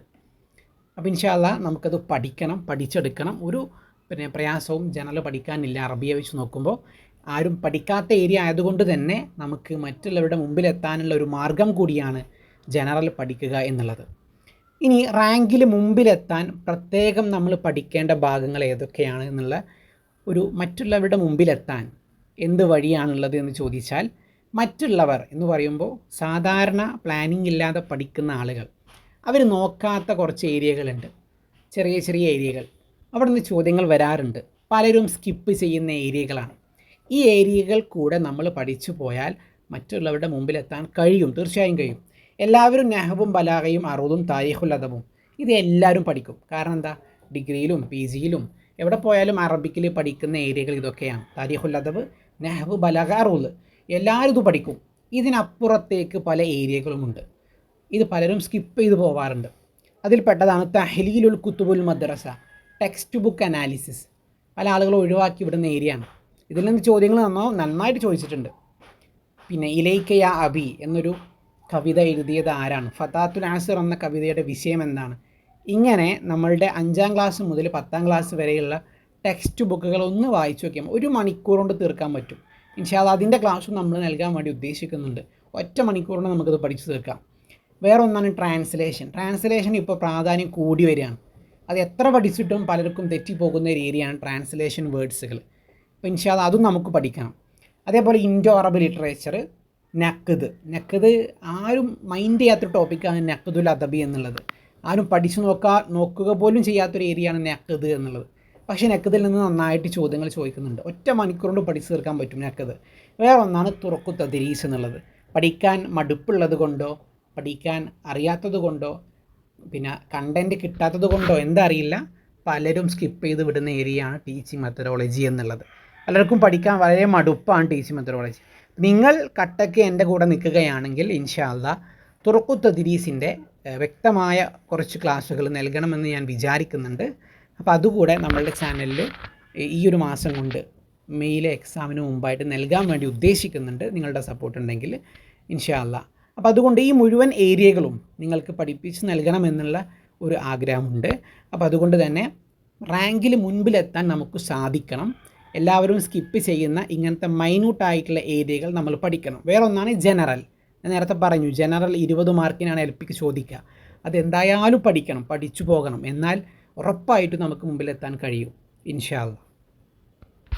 ഇനി നിങ്ങളോട് പറയാനുള്ളത്, നമ്മളുടെ ബിഗിനേഴ്സിനോട് എനിക്ക് പറയാനുള്ളത്, നമ്മളുടെ അടുത്ത് ചിലപ്പോൾ സ്റ്റഡി മെറ്റീരിയൽസ് ഉണ്ടാവില്ല, ഗൈഡുകളോ ടെക്സ്റ്റ് ബുക്കുകളോ ഒന്നും ഉണ്ടാവാറില്ല. അപ്പോൾ അതുകൊണ്ട് തന്നെ നമുക്ക് ആശ്രയിക്കാൻ പറ്റുന്ന സ്റ്റഡി മെറ്റീരിയൽസ് ഏതൊക്കെയാണ് എന്നുള്ളതാണ് ഞാനിവിടെ പറയുന്നത്. അതിലെനിക്ക് ഏറ്റവും നല്ല, ഞാൻ ഇന്ത്യയിൽ ഇറങ്ങിയിട്ടുള്ള സ്റ്റഡി മെറ്റീരിയലുകളിൽ ഞാൻ വായിച്ചതിൽ, ഞാൻ റെഫർ ചെയ്തതിൽ എനിക്ക് ഏറ്റവും നമ്പർ 1 ആയിട്ട് പറയാനുള്ളത് ഈ ജദാറ എന്ന് പറയുന്ന ഈ ഗൈഡിനെ കുറിച്ചാണ്. ജദാറ അത് കോഴിക്കോട് അൽഹുദയിൽ നമുക്ക് അവൈലബിൾ ആണ്. അൽഹുദ എന്ന കോഴിക്കോടുള്ള ഒരു സെൻറ്ററാണ് അത് ഇറക്കിയിട്ടുള്ളത്, പബ്ലിഷ് ചെയ്തിട്ടുള്ളത്. എന്തുകൊണ്ട് നമുക്ക് ഉപകാരം. 750 രൂപയാണ് ഈ ഗൈഡിന് വരുന്നത്. ഞാൻ പലപ്പോഴും പറയാറുണ്ട്, ഈ ഗൈഡ് ഞാൻ ആത്മാർത്ഥമായിട്ട് ഫുള്ള് നോക്കിയിട്ടുണ്ട്. ഞാൻ പലപ്പോഴും പറയുന്നൊരു കാര്യം, നമ്മൾ 5000 10,000 കൊടുത്താൽ പോലും ഈ ഗൈഡ് ഒരിക്കലും നഷ്ടമാവില്ല. 750 പക്ഷേ ഞാൻ പറയുന്നത് എത്ര പൈസ കൊടുത്താലും ഈ ഗൈഡ് നമുക്ക് മുതലാവും. അങ്ങനെയാണ് ഈ ഗൈഡ് ഡിസൈൻ ചെയ്തിട്ടുള്ളത്. ജീവനുള്ള നോട്ടുകളാണ്, എവിടെ നിന്നും കോപ്പി പേസ്റ്റ് ചെയ്തതൊന്നുമായിട്ട് എനിക്ക് തോന്നിയിട്ടില്ല. ഓരോ ഏരിയ പഠിപ്പിക്കുമ്പോഴും ഓരോ ജാഹിലിയിൽ നിന്ന് എന്താണ് കഴിഞ്ഞ പ്രാവശ്യം ചോദിച്ചത്, എന്തൊക്കെയാണ് പഠിക്കേണ്ടത്, നോട്ടുമുണ്ട്, PYQമുണ്ട്. ഞാൻ എൻ്റെ എല്ലാ PSCകൾക്കും ഞാൻ ഉപയോഗിച്ചൊരു മെത്തേഡ് ഞാൻ നേരത്തെ പറഞ്ഞല്ലോ, നോട്ട് പ്ലസ് PYQ എന്നുള്ളതാണ്. അപ്പോൾ ആ രൂപത്തിലാണ് ഈ ഒരു ഗൈഡ് അവതരിപ്പിച്ചിട്ടുള്ളത്. ഇത് ഒട്ടുമിക്ക ആളുകളുടെ കയ്യിൽ ഈ ഗൈഡ് ഉണ്ട്. ഇതിൻ്റെ 3rd എഡിഷനാണ് ഇപ്പോൾ ഇറങ്ങിയിട്ടുള്ളത്, എല്ലാവരുടെ കയ്യിലും ഉണ്ട്. ഇതില്ലാത്ത ആളുകൾ നിർബന്ധമായിട്ടും ഒരു റിക്വസ്റ്റാണ്, ഇതൊരു പബ്ലിസിറ്റി അല്ല, ഒരു റിക്വസ്റ്റാണ്. എന്തായാലും വാങ്ങിക്കോളൂ, ഒരിക്കലും നഷ്ടമാവില്ല. എല്ലാ ഏരിയയും, PSCക്ക് ആവശ്യമുള്ള എല്ലാ ഏരിയയും ഇതിൽ കവർ ചെയ്തിട്ടുണ്ട്. തുർക്കു തദ്രീസ് എല്ലാവർക്കും ബുദ്ധിമുട്ടായിട്ട് വരുന്നൊരു ഏരിയയാണ്. തുർക്കു തദ്രീസ് നല്ലതുപോലെ പഠിക്കാൻ പറ്റിയ ഒരു പുസ്തകമാണ് മൻഹജു തദ്രീസുൽ അസ്വരി എന്ന പുസ്തകം. അത് അബ്ദുൽ നാസർ CH ആണ് അത് എഴുതിയിട്ടുള്ളത്. ഈ പുസ്തകം B.Ed കോളേജുകളിലൊക്കെ പഠിപ്പിക്കുന്ന പുസ്തകമാണ്. ഇനി നിങ്ങൾക്ക് കുറച്ചും കൂടെ നന്നായിട്ട് തുർക്കു തദ്രീസ് പഠിക്കാൻ പറ്റിയ കുറച്ച് ടെക്സ്റ്റ് ബുക്കുകളാണ് DL.Ed കോഴ്സിൻ്റെ ടെക്സ്റ്റ് ബുക്കുകൾ. നല്ല വിശദീകരിച്ച് സിമ്പിളായിട്ട് അവതരിപ്പിച്ചിട്ടുണ്ട് ടീച്ചിങ് മെത്തഡോളജി. അപ്പോൾ നമ്മളുടെ കൂട്ടത്തിൽ DL.Ed പഠിക്കുന്ന ആളുകളുമായിട്ട് ഒന്ന് ചോദിച്ചാൽ അതിൻ്റെ PDF-ഉം അവൈലബിൾ ആണ്, അവരത് നൽകും. ബാക്കിയുള്ള വിഷയങ്ങൾ, നഹ്വിനാണെങ്കിൽ നഹ്വുൽ വാദിഹ് ഉപയോഗിച്ച് പഠിച്ചാൽ മതി. ബലാഗാണെങ്കിൽ ബലാഗിൻ്റെ സ്ഥിരമായിട്ടുള്ള ഗ്രന്ഥമാണ് ബലാഗത്തുൽ വാദിയ, അതൊക്കെ ഉപയോഗിച്ചിട്ട് നമ്മൾ പഠിച്ചാൽ മതി. നഖ്ദ് പഠിക്കുമ്പോൾ നമ്മൾ ശ്രദ്ധിക്കുക, നഖ്ദിൻ്റെ പഠനത്തിൽ അഹ്മദ് അമീൻ്റെ ഒരു പുസ്തകമുണ്ട്. അത് കാലിക്കറ്റ് യൂണിവേഴ്സിറ്റി ഡിഗ്രി കുട്ടികൾക്ക് വേണ്ടി നൽകിയിരുന്നു. അഹമ്മദ് അമീൻ്റെ നഖ്ദുൽ അദബി എന്ന ഗ്രന്ഥം, അതേപോലെ അഹമ്മദ് ഷായിബിൻ്റെ നഖ്ദുൽ അദബി. ഇത് ഷോർട്ടാക്കിയിട്ട്, ഇത് വലിയ പുസ്തകങ്ങളാണ്, ഇത് ഷോർട്ടാക്കിയിട്ട് കാലിക്കറ്റ് യൂണിവേഴ്സിറ്റിയുടെ ഡിഗ്രി കുട്ടികൾക്ക് ഡിഗ്രിയിൽ ഈ ഒരു പുസ്തകം വരുന്നുണ്ട്. ആ പുസ്തകത്തിൽ നിന്നാണ് ചോദ്യങ്ങൾ കണ്ടിട്ടുള്ളത്. നഖ്ദ് അത് വെച്ച് പഠിച്ചാൽ മതി. ഓക്കെ, അപ്പോൾ ടെക്സ്റ്റ് ബുക്കുകൾ നിങ്ങൾ നോക്കണം. 5ാം ക്ലാസ് മുതൽ 10ാം ക്ലാസ് വരെയുള്ള ടെക്സ്റ്റ് ബുക്കുകൾ PDF അവൈലബിൾ ആണ്. കോംപ്രഹെൻസീവ് ചോദ്യങ്ങൾ വരാറുണ്ട്, പാരഗ്രാഫിൽ നിന്ന് 5 ചോദ്യങ്ങളൊക്കെ വരാറുണ്ട്. അത് പ്രത്യേകം പ്രിപ്പയർ ചെയ്യൊന്നും വേണ്ട, മുൻപ് നടന്ന കുറച്ച് ക്വസ്റ്റ്യൻസ് അനലൈസ് ചെയ്ത് പോയാൽ മാത്രം മതി. ഇത്രയാണ് സ്റ്റഡി മെറ്റീരിയലിനെ കുറിച്ച് എനിക്ക് പറയാനുള്ളത്. ജദാറ ഇല്ലാത്ത ആളുകൾ അതൊന്ന് വാങ്ങിയാൽ വളരെ ഉപകാരപ്പെടും. ഞാനത് യൂസ് ചെയ്തതുകൊണ്ടാണ് അത്രയും സ്ട്രെസ് ചെയ്ത് നിങ്ങളോട് പറയുന്നത്.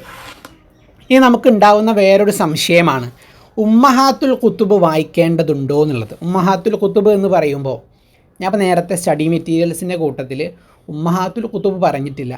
അതായത് താരീഖുൽ അദബൊക്കെ പഠിക്കുന്ന സമയത്ത് സയ്യാത്തിൻ്റെ പുസ്തകം, ഹെന്ന ഫാഖൂരിയുടെ പുസ്തകമൊക്കെ നോക്കേണ്ടതുണ്ടോ എന്നുള്ളതാണ് പല ആളുകൾക്കുമുള്ള സംശയം. അപ്പോൾ പണ്ട് കാലത്തൊക്കെ ആണെങ്കിൽ 2010-15 സമയത്തൊക്കെ ആണെങ്കിൽ ഈ ഉമ്മഹാത്തുൽ കുത്തുബ് മാത്രമേ കയ്യിലുള്ളൂ, വേറെ ഒന്നുമില്ല. അതുകൊണ്ട് ആളുകൾ അത് നോക്കിയിട്ടാണ് പോയിരുന്നത്. അപ്പോൾ ഇന്ന് ഒട്ടനവധി ഗൈഡുകൾ, PDF-കൾ, സ്റ്റഡി മെറ്റീരിയലുകൾ, അക്കാഡമികളൊക്കെ നൽകുന്ന നോട്ടുകൾ ഇതൊക്കെ അവൈലബിൾ ആണ്. അതുകൊണ്ട് തന്നെ ഉമ്മഹാത്തുൽ കുത്തുബ് PSCക്കൊന്നും, LP UP ഹൈസ്കൂൾ PSCക്കൊന്നും നോക്കേണ്ട ആവശ്യമില്ല എന്നുള്ളതാണ്. നോക്കിയിട്ട് സമയം കളയേണ്ടതില്ല. പ്രത്യേകിച്ച് താരീഖുൽ അദബിന് പ്രാധാന്യം കുറഞ്ഞു വരുന്ന ഈ സമയത്ത് നമ്മൾ ഗൈഡുകളോ അല്ലെങ്കിൽ PDF-കളോ നോക്കിയാൽ മതി. കാരണം ഗൈഡിലും PDF-ലും യൂട്യൂബ് ക്ലാസ്സിലും ഒക്കെ പ്രധാനപ്പെട്ട ഭാഗം ഏതാണ്, PYQയിൽ വന്ന ഭാഗം ഏതാണ്, മുമ്പ് ചോദിച്ചത് ഏതാണ് എന്നതൊക്കെ വേർതിരിച്ച് പറഞ്ഞു തരും. മാത്രമല്ല സിമ്പിളായിട്ട് അവതരിപ്പിക്കുകയും ചെയ്യും. ഉമ്മഹാത്തുൽ കുത്തുബ് ആവുമ്പോൾ നല്ല കട്ടി ലാംഗ്വേജാണ്, ബിഗിനേഴ്സിന് മനസ്സിലാവില്ല. മാത്രമല്ല ഇതിലേതാണ് പ്രധാനപ്പെട്ടത്, ഏതാണ് പഠിക്കുക, അതൊന്നും ഉമ്മഹാത്തുൽ കുത്തുബിൽ ഉണ്ടാവില്ല. അതുകൊണ്ട് ബിഗിനേഴ്സ് ഗൈഡൊക്കെ വെച്ച് പഠിച്ചാൽ മതി. നേരെ മറിച്ച് നെറ്റ് JRFന് പഠിക്കുന്ന ആളുകളൊക്കെ ഉമ്മഹാത്തുൽ കുത്തുബ് വെച്ചിട്ട് തന്നെ പഠിക്കുക. ബിഗിനേഴ്സായ ആളുകൾ നല്ല സിമ്പിളായ നോട്ട് ഫോളോ ചെയ്താൽ മാത്രം മതി. ഇനി ഞാൻ നിങ്ങൾക്ക് കുറച്ച് അക്കാഡമികൾ പരിചയപ്പെടുത്തി തരാം. കേരളത്തിൽ കുറേ അക്കാഡമികൾ LP UP ഹൈസ്കൂളിൻ്റെ PSCക്കും കേട്ടറ്റ് സെറ്റ് നെറ്റിനൊക്കെ ഒരുപാട് അക്കാഡമികളുണ്ട്. അതിൽ പ്രധാനപ്പെട്ട ഒരു 3-4 അക്കാഡമികൾ നിങ്ങൾക്ക് പരിചയപ്പെടുത്തി തരാം. ഇതൊരു പ്രൊമോഷനല്ല, അക്കാഡമികളുമായിട്ട് ഞാൻ പ്രൊമോഷനോ പെയ്ഡ് വർക്കൊന്നും നടത്തിയിട്ടില്ല. പക്ഷേ ജസ്റ്റ് പരിചയപ്പെടുത്തുക മാത്രം. അതിൽ അൽ മുർഷിദ് എഡ്യൂക്കേഷണൽ ഗ്രൂപ്പ്, അൽ മുർഷിദ് ഫ്രീ ആയിക്കൊണ്ട് എല്ലാ കോച്ചിങ്ങും നടത്തുന്ന ഒരു നല്ലൊരു ടീമാണ്. കേരളത്തിൽ ഇത്രക്ക് ഫോളോവേഴ്സുള്ള ഒരു അറബിക്കിൻ്റെ ഒരു ഗ്രൂപ്പ് ഉണ്ടോ എന്ന് സംശയമാണ്. കാരണം കേട്ടറ്റ് സെറ്റ് നെറ്റ് JRF എല്ലാത്തിനും PSCക്ക് പ്രത്യേകിച്ച് ഒരുപാട് റാങ്ക് ഉള്ള ആളുകളെ വാർത്തെടുത്തൊരു ടീമാണ് അൽ മുർഷിദ്. അതിൻ്റെ അഡ്മിൻ്റെ നമ്പർ ഞാൻ അവിടെ കൊടുത്തിട്ടുണ്ട്. അത് ഫ്രീ ഓഫ് കോസ്റ്റ് ആണ്. നമ്മൾ അത്ഭുതകരമാണ് അവർ നടത്തുന്നത്.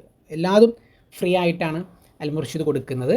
അതേപോലെ വേറെ ഒന്നാണ് ഫോക്കസ് അക്കാഡമി. ഫോക്കസ് ചെറിയ ഒരു പേയ്മെൻറ്റാണ് ഫോക്കസിന് കോസ്റ്റ് വരുന്നത്. പക്ഷേ നല്ല അടിപൊളി നോട്ടുകളും നല്ല ക്ലാസ്സുകളുമാണ്, നമ്പർ 1 ആയിട്ടുള്ള ക്ലാസ്സുകളുമാണ് ഫോക്കസ് കൊടുക്കുന്നത്. പക്ഷേ ചെറിയൊരു പേയ്മെൻറ്റ് മാത്രമേ വരുള്ളൂ. വേറൊന്നാണ് എഡ്ഫിൽ ലേണിംഗ് എന്നുള്ളൊരു പ്ലാറ്റ്ഫോം. എഡ്ഫിൽ വളരെ സിസ്റ്റമാറ്റിക്കാണ്. അവരുടെ ആപ്പ് ഉണ്ട്, അവരുടെ മെൻറ്ററിങ് സിസ്റ്റം ഉണ്ട്. വളരെ സിസ്റ്റമാറ്റിക്കാണ് എഡ്ഫിലിൻ്റെ കാര്യങ്ങൾ പോകുന്നത്. അപ്പോൾ എഡ്ഫിൽ ഫോക്കസിനൊക്കെ വെച്ച് നോക്കുമ്പോൾ എഡ്ഫിലിന് കുറച്ചൊരു ഫീസ് ഉണ്ട്. പക്ഷേ എഡ്ഫിൽ വളരെ സിസ്റ്റമാറ്റിക്കായിട്ട് ആപ്പ് ത്രൂ അങ്ങനത്തെ രൂപത്തിലാണ് പോകുന്നത്. നമുക്ക് എവിടെ നിന്നും ക്ലാസ്സുകൾ കേൾക്കാം. വളരെ വിശാലമായ ക്ലാസ്സുകളാണ്. എല്ലാ ഏരിയക്കും നന്നായിട്ട് നമുക്ക് ഫോളോ ചെയ്യാൻ പറ്റിയതാണ് എഡ്ഫിലിൽ പറയുന്നത്. അപ്പോൾ നിങ്ങൾക്ക് ഇഷ്ടമുള്ളത് ഏതാണോ അത് നിങ്ങൾ ഫോളോ ചെയ്യാം, കുഴപ്പമില്ല. വേറെ ഒന്നാണ് ബ്രൈറ്റ് അക്കാഡമി. ഓൺലൈൻ ക്ലാസ്സുകളാണ് കൊടുക്കുന്നത്. ബ്രൈറ്റ് അക്കാഡമിക്ക് നല്ലൊരു മെൻറ്റർഷിപ്പാണുള്ളത്. ഏറ്റവും ചെറിയ ലെവലുള്ള കുട്ടികളെപ്പോലും പൊന്തിച്ചു കൊണ്ടുവന്ന ഒരു ടീമാണ് ബ്രൈറ്റ് അക്കാഡമി എന്നുള്ളത്. അവിടുത്തെ നമ്പർ ഞാൻ കൊടുത്തിട്ടുണ്ട്. നല്ല നോട്ടുകളാണ്, ഡെഡിക്കേറ്റഡ് ആയിട്ടുള്ള ടീമാണ്. നന്നായിട്ട് ആളുകളെ മെൻറ്റർഷിപ്പ് ചെയ്ത് ഫോളോ ചെയ്ത് പൊന്തിച്ചു കൊണ്ടുവന്ന ഒരു ടീമാണ്. വേറെ ഒന്നാണ് CCG എന്നുള്ളൊരു ടീമാണ്. ഓഫ്ലൈൻ ക്ലാസ്സുകളാണ് CCG കൊടുക്കുന്നത്. ആദ്യം പറഞ്ഞ 4 അക്കാഡമികളും ഓൺലൈൻ ക്ലാസ്സുകളാണ് കൊടുക്കുന്നത്. എന്നാൽ CCG ഓഫ്ലൈനാണ്. അതുകൊണ്ട് തന്നെ ഓഫ്ലൈൻ ആഗ്രഹിക്കുന്ന ആളുകൾക്ക് CCGയിൽ പോകാം. മലപ്പുറത്തും ആലുവ, എറണാകുളം ആലുവയിലും കണ്ണൂരും, ഇങ്ങനെ 4 സ്ഥലത്തായിട്ടാണ് അവർ ക്ലാസ് നടത്തുന്നത്. നല്ല ക്ലാസ്സുകളാണ്, നല്ല ഫാക്കൽറ്റീസാണ്. ഓഫ്ലൈൻ കുറേ ആളുകൾ ആഗ്രഹിക്കുമല്ലോ, ഓൺലൈൻ മടുത്തത് കൊണ്ട് അവിടെ പോയിരുന്ന് തന്നെ ക്ലാസ് കേൾക്കുക എന്നുള്ളത് വലിയൊരു കാര്യമാണ്. പ്രിൻറ്റഡ് നോട്ട്സൊക്കെ കൊടുത്തുള്ള ഒരു അക്കാഡമിയാണ് CCG. ഇനിയും അക്കാഡമികളുണ്ട്, ഒരുപാട് അക്കാഡമികളുണ്ട്. അറബ് നെറ്റ് ഉണ്ട്, അങ്ങനത്തെ കേൾക്കാറുണ്ട് പല അക്കാഡമികളെക്കുറിച്ചും.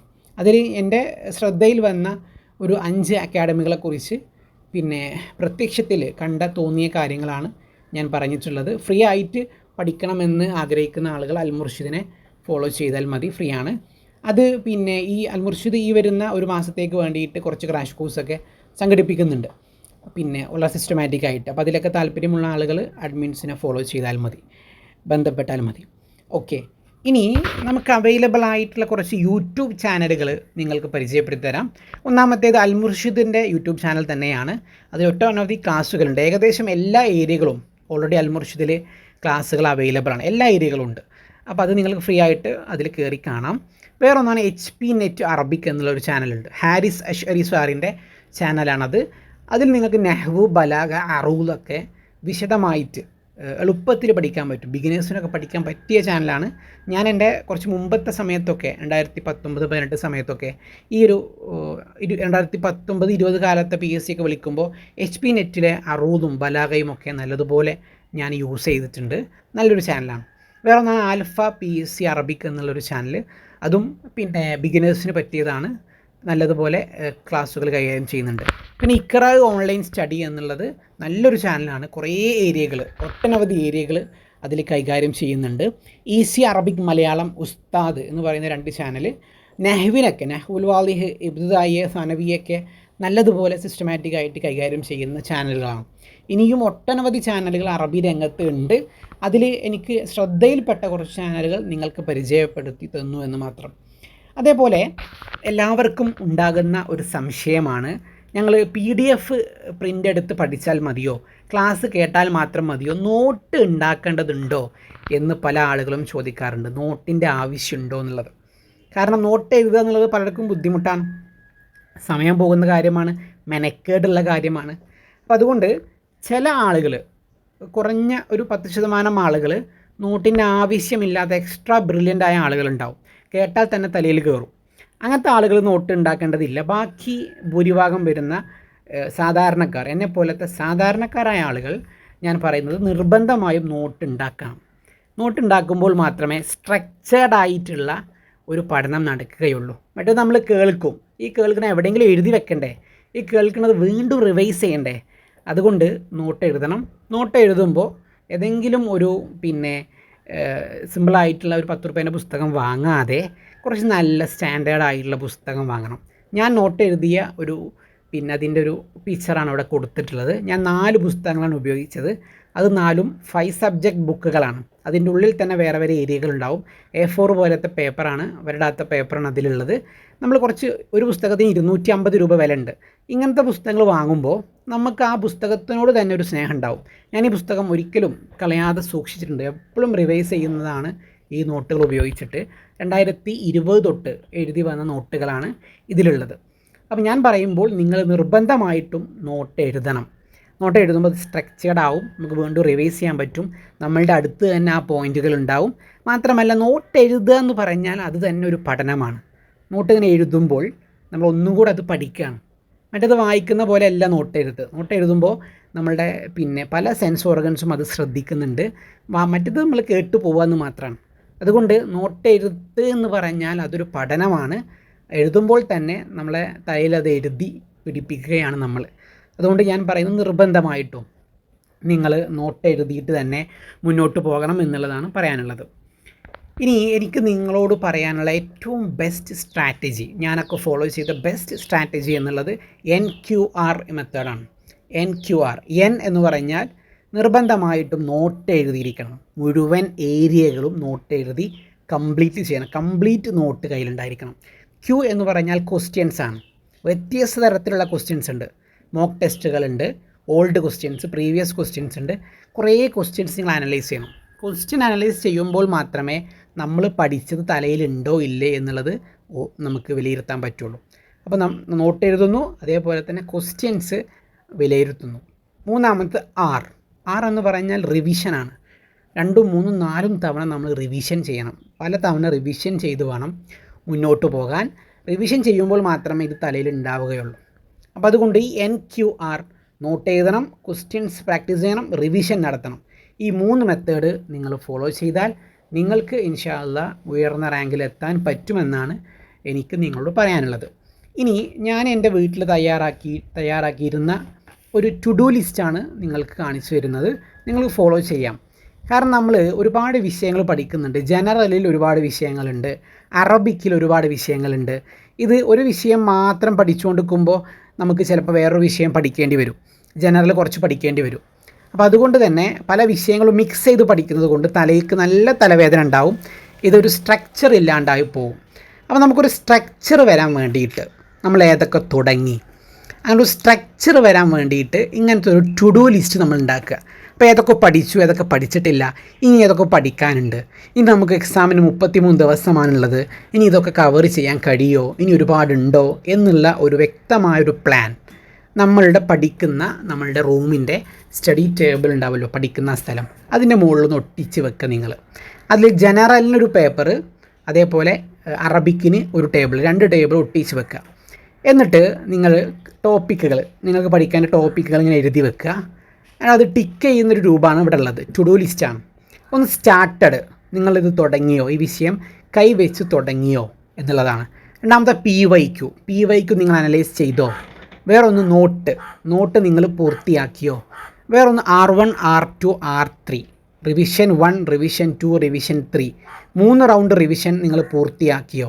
അവസാനം ഫിനിഷ്ഡ്, ഈ സബ്ജക്റ്റ് നിങ്ങൾ ഫിനിഷ് ചെയ്തോ എന്നുള്ളതാണ് ഇതിൽ. അപ്പോൾ ഇത് നിങ്ങൾ ടിക്ക് ചെയ്ത് പോകുമ്പോൾ നമ്മളെ പഠനം എവിടെ എത്തിയില്ല, ഏതൊക്കെ സബ്ജക്റ്റ് നമ്മൾ തുടങ്ങിയില്ല എന്നത് മനസ്സിനൊരു ഓർഡർ ഉണ്ടാവും. മറ്റത് ആകെ അലമ്പായിട്ട് കിടക്കും, മനസ്സിലാകെ സ്ട്രക്ചർ ഇല്ലാണ്ടായി കിടക്കും. അപ്പം ഇങ്ങനെ ഒരു ഓർഡർ ആയിട്ടുള്ള വെൽ പ്ലാൻഡ് ആയിട്ടുള്ള ഒരു പഠനമാണ് നമ്മൾ നടത്തേണ്ടത്. അതുകൊണ്ട് ഇതും കൂടെ നമ്മളൊന്ന് ശ്രദ്ധിക്കണം. ഇൻഷാ അല്ലാഹ് ഞാൻ ഈ ക്ലാസ് അവസാനിപ്പിക്കുകയാണ്, ഈ ഒരു സെഷൻ അവസാനിപ്പിക്കുകയാണ്. അവസാനമായിക്കൊണ്ട് നിങ്ങളോട് പറയാനുള്ളത്, ഞാൻ എന്തിനാണ് ഇങ്ങനൊരു യൂട്യൂബ് ചാനൽ തുടങ്ങിയത് എന്നുള്ളതാണ്. ഇൻഷാ അല്ലാഹ് അറബിക്കുമായി ബന്ധപ്പെട്ട നിങ്ങൾക്ക് ഉപകരിക്കുന്ന കുറച്ച് കാര്യങ്ങൾ ഈ യൂട്യൂബ് ചാനലിലൂടെ നിങ്ങൾക്ക് നൽകണമെന്നാണ് വിചാരിക്കുന്നത്. ഇതിൽ പ്രധാനമായും ഈ വെക്കേഷനിൽ നിങ്ങൾക്ക് ഉപകരിക്കുന്ന കുറച്ച് ക്ലാസ്സുകൾ നൽകണമെന്നാണ് ഉദ്ദേശിക്കുന്നത്. ഞാൻ അറബിക്കിൻ്റെയും ജനറലിൻ്റെയും കഴിയുന്നത്ര ക്ലാസ്സുകൾ ഓൺലൈനായിട്ട് വീഡിയോ എടുത്ത് റെക്കോർഡ് ചെയ്ത് അത് നിങ്ങൾക്ക് ഈ യൂട്യൂബ് ചാനൽ വഴി നൽകണമെന്ന് വിചാരിക്കുന്നു. ഫ്രീ ഓഫ് കോസ്റ്റാണ്, ഒന്നും പ്രതീക്ഷിക്കാതെ ഞാൻ നൽകുന്നത്. നിങ്ങളുടെ പ്രാർത്ഥന മാത്രമാണ് എനിക്ക് ആവശ്യം. അത് നിങ്ങൾ അങ്ങനെ ഒരു സംഗതി മാത്രം നിങ്ങൾ റിട്ടേൺ തന്നാൽ മതി, വേറെ പേയ്മെൻറ്റിനൊന്നും വേണ്ടിയിട്ടല്ല. അപ്പോൾ ഇൻഷാ അല്ലാഹ് കുറച്ച് ഫ്രീ ക്ലാസ്സുകൾ, ഇപ്പോൾ ഞാൻ പഠിച്ച കുറച്ച് നോട്ടുകൾ, ഞാൻ പഠിച്ച കുറച്ച് ക്ലാസ്സുകൾ നിങ്ങൾക്ക് നൽകണമെന്ന് വിചാരിക്കുന്നുണ്ട്. സ്റ്റഡി മെറ്റീരിയൽസ് ആവശ്യമുള്ളവർക്ക് നൽകണമെന്ന് വിചാരിക്കുന്നുണ്ട്. അതേപോലെ എക്സാമിന് ആവശ്യമായ ടിപ്സ് ട്രിക്സൊക്കെ ഈ ഒരു യൂട്യൂബ് ചാനൽ വഴി നൽകണമെന്നാണ് വിചാരിക്കുന്നത്. പ്രധാനപ്പെട്ട നോട്ടിഫിക്കേഷൻസ് അങ്ങനത്തെ അറിയിക്കേണ്ട എന്തെങ്കിലും കാര്യങ്ങളുണ്ടെങ്കിൽ ഈ യൂട്യൂബ് ചാനലിലൂടെ നിങ്ങളെ അറിയിക്കണമെന്നാണ് വിചാരിക്കുന്നത്. അപ്പോൾ ഞാൻ 2020 പഠനം ആരംഭിച്ചത്. ഇപ്പോൾ പഠനത്തിൻ്റെ വഴിയിൽ തന്നെയാണ് നമ്മൾ പോയിക്കൊണ്ടിരിക്കുന്നത്. ഞാൻ പഠിച്ച സ്ട്രാറ്റജികൾ, ഞാൻ ഉപയോഗിച്ച നോട്ടുകൾ ഒക്കെ ടൈപ്പ് ചെയ്ത് PPT ആക്കി അല്ലെങ്കിൽ വീഡിയോ ക്ലാസ് ആക്കിയിട്ട് ഈ യൂട്യൂബ് ചാനലിലൂടെ ഫ്രീ ആയിട്ട് എല്ലാവർക്കും കൊടുക്കണം എന്നൊരാഗ്രഹം ഇപ്പോൾ വന്നതുകൊണ്ടാണ് ഈ ഒരു യൂട്യൂബ് ചാനൽ തുടങ്ങിയിട്ടുള്ളത്. അപ്പോൾ ഇൻഷാ അല്ലാഹ് അത് നിങ്ങൾക്ക് ഈ ഒരു ചാനലിലൂടെ നൽകും. ഒരു മാസത്തിനുള്ളിൽ എല്ലാ ക്ലാസ്സുകളും റെഡിയാക്കി കൊടുക്കണമെന്നാണ് ആഗ്രഹിക്കുന്നത്. നമ്മളുടെ UP എക്സാം വരുന്നതിന് മുമ്പായിട്ട് ക്ലാസ്സുകളൊക്കെ നൽകണമെന്ന് ആഗ്രഹിക്കുന്നു. അപ്പോൾ അതുകൊണ്ട് നിങ്ങൾക്ക് ആവശ്യമെങ്കിൽ മാത്രം ഈ ഒരു യൂട്യൂബ് ചാനൽ നിങ്ങൾക്ക് ആവശ്യമുണ്ട് എങ്കിൽ മാത്രം നിങ്ങളുടെ അഭിപ്രായങ്ങൾ കമൻ്റായിട്ട് നിങ്ങൾക്ക് ഇവിടെ പറയാം. നിങ്ങൾക്ക് എത്രത്തോളം ആവശ്യമുണ്ട് എന്നുള്ള കാര്യങ്ങളൊക്കെ, നിങ്ങളുടെ സജഷൻസ്, നിങ്ങളുടെ അഭിപ്രായങ്ങൾ നിങ്ങൾക്ക് എന്നോട് പറയാം, പങ്കുവെക്കാം. അതേപോലെ തന്നെ നിങ്ങൾക്ക് വേണ്ട ഏരിയകൾ, ഏറ്റവും കൂടുതൽ വേണ്ട ഏരിയകൾ നിങ്ങൾക്ക് വേണമെങ്കിൽ പറയാം. ആവശ്യമുള്ളവർ മാത്രം ഈ ചാനൽ സബ്സ്ക്രൈബ് ചെയ്യുക, ബാക്കിയുള്ളവർ ജസ്റ്റ് കേട്ടുപോയാൽ മാത്രം മതി. ഓക്കെ, അപ്പോൾ എത്രയാണ് നിങ്ങളോട് പങ്കുവെക്കാനുള്ളത്. ഞാൻ ഈ ഒരു സെഷൻ അവസാനിപ്പിക്കുകയാണ്. നിങ്ങൾ വെറുതെ പഠിക്കരുത്, നിങ്ങളുടെ മുമ്പിൽ വ്യക്തമായ ഒരു പ്ലാൻ ഉണ്ടായിരിക്കണം. അങ്ങനെ നിങ്ങൾ മുമ്പോട്ട് പോവുക. എല്ലാവർക്കും എല്ലാവിധ വിജയാശംസകളും നേരുകയാണ്. അല്ലാഹു സുബ്ഹാനഹു വ തആല നിങ്ങൾക്ക് അർഹമായ പ്രതിഫലം നൽകട്ടെ എന്ന് പ്രാർത്ഥിക്കുകയാണ്.